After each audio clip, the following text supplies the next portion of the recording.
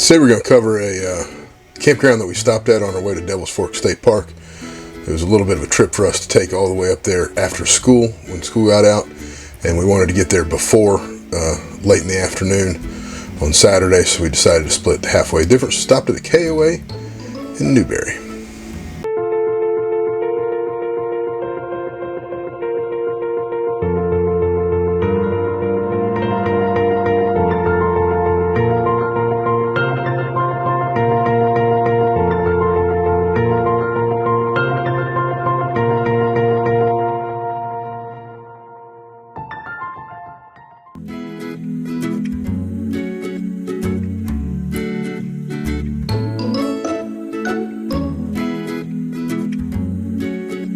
This video is going to be a little bit different than what we usually do here on Weekend Non-Warriors and our travels around the state of South Carolina in Katie the Travel Turtle.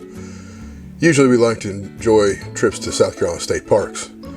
And this year when we went up to Devil's Fork, we decided we needed to kind of split the difference halfway. We didn't want to go up right after school on Friday because it put us up at Devil's Fork really late. And if we left first thing in the morning here, we'd spend half the day traveling and would get to Devil's Fork still kind of late in the day. So we decided to leave on Friday afternoon and split the difference at a KOA along the way. I kind of mapped it out and said, all right here is about the halfway point. It was around Newberry. I looked on Capendium app and found this KOA in Newberry. They called it a KOA Newberry Sumter National Forest, which is kind of strange. It's really not that close to Newberry. It's closer to Clinton, but whatever. We booked online. It was a very easy booking. We found out when we got there, it used to be called Magnolia RV Park. They just recently joined KOA. So if you're familiar with Magnolia and you're hearing me talk about the KOA Newberry, they're one and the same. One thing that was kind of interesting is on our way there, we were roughly in Columbia. We get a phone call from the campground asking us when they expected us to arrive. It turns out that the family, while they live on the premises, they wanted to be able to go home and get a bite to eat. It's about 6 o'clock and close the store. And they wanted to find out if we were going to get there before or after that.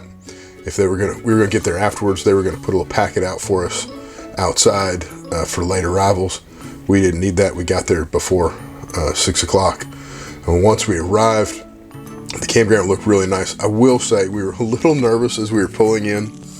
The area around there has seen some better days. Looks like the community is kind of struggling a little bit. So we were a little nervous, but as we pulled in, all nervousness subsided. The campground looked beautiful. They had great signage, great directions on where to go as you pulled in. We walked in to check in, noticed there was a little store. We went back a little bit later and checked out the store. Everything was really smooth. It was really neat. After we got checked in, one of the staff hopped on a golf cart and actually drove around, and we followed them so that we could get just the right angle to get into our spot. They're pull-through spots, but because of the way it's positioned, you kind of needed to come from the right direction. And they guided us perfectly. We got in there, the spot was really level. Since it was just going to be an overnight stay, I didn't want to unhook the truck if I could help it. I didn't need to. I wound up just lifting the hitch up just a few inches, and we were perfectly level. We went back to the store, got the kids to go with us, and they got to tour around. Anything you need on your travels, they're going to have. I was really impressed with it. They actually had made up little packets because it was the day before Halloween. They had little packets of gifts for kids. They had the place decorated beautifully. There's a little flower garden across from the main office, and it was decorated up with pumpkins and various different things for Halloween. They had the office decorated nice, and they told us that the next day, if we came back, they would do a gnome search for the kids. So we thought that was pretty neat. The kids went and enjoyed the playground. There's a pool. There's also a playground. We really enjoyed playing around with that. Then we got up the next morning. We started to pack up, and they said, oh no, we don't normally do the gnome search until 10 o'clock, but we're going to go ahead and set it up for you. So they were nice enough to go ahead and set up the gnome little hiding thing so that the kids could play and go hunt for the gnomes. That turned out to be a really nice touch. A couple of things around there in the facility.